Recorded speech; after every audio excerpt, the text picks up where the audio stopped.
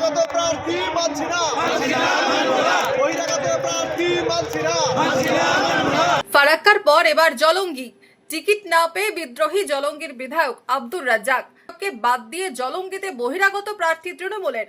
Ticket না পেয়ে অভিমানী জলঙ্গির বিধায়ক আব্দুর রাজ্জাক। সেটাই খুব কষ্ট এবং অপমানজনক বিষয় যে আমাকে বলতে পারত, আবার না বললেও আমাদের জলঙ্গির বিধানসভা থেকেই যে কোনো একজনকে দিতে পারতো। এরকম আমার মতো অনেক লোক আছে, তা বলতে গেলে 30-40 জন ব্যক্তিও আছে, মাস্টার টাইপের অন্যান্য পদাধিকারী সামাজিক লোক যারা দলটাকে শক্তভাবে ধরে রেখেছে। তা না জানিয়ে কালকে 2টোর সময়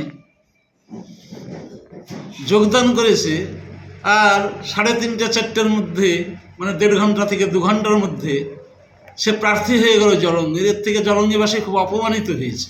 আব্দুর রাজ্জাকের বদলে জলঙ্গিতে তৃণমূলের নতুন মুখ বাবর আলী। অরাজনৈতিক ঘরানা থেকে সরাসরি রাজনীতির ময়দানে বাবর আলী। 17ই মার্চ তৃণমূলের প্রার্থী তালিকা প্রকাশের দিনেই হরিহরপাড়ার বিধায়ক নিয়ামত শেখ ও রানীনগরের বিধায়ক শৌমিক হোসেনের হাত ধরে তৃণমূলে যোগদান করেন বাবর আলী। কয়েক ঘন্টা পরেই প্রার্থী তালিকায় বাবর আলীর নাম। ক্ষোভ উগরে কি বললেন? জয়লাভ করা কঠিন হবে বাবর, সেটা আমি বললাম।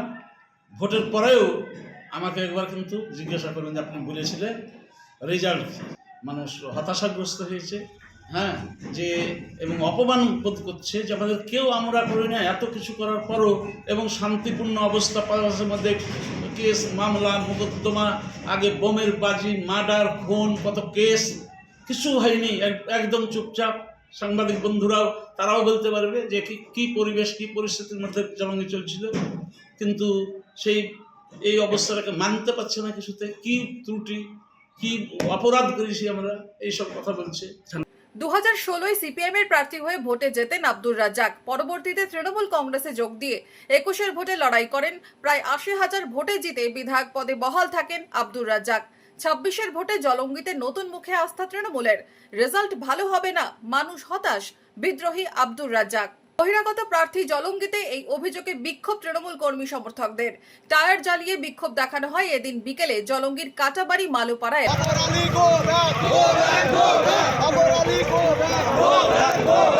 বহিরাগত প্রার্থী মানছি না, জলঙ্গি বিধানসভায় বহিরাগত প্রার্থী মানছি না,